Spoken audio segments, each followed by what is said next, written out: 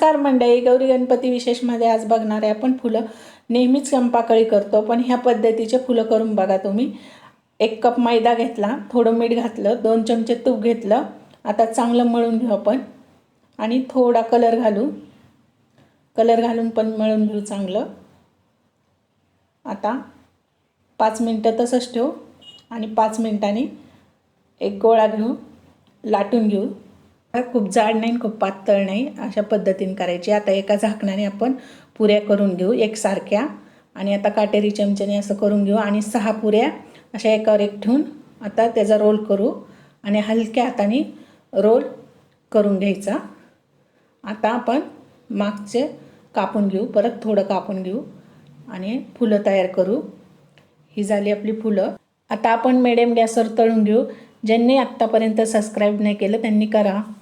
नमस्कार मंडळी, गौरी गणपती विशेष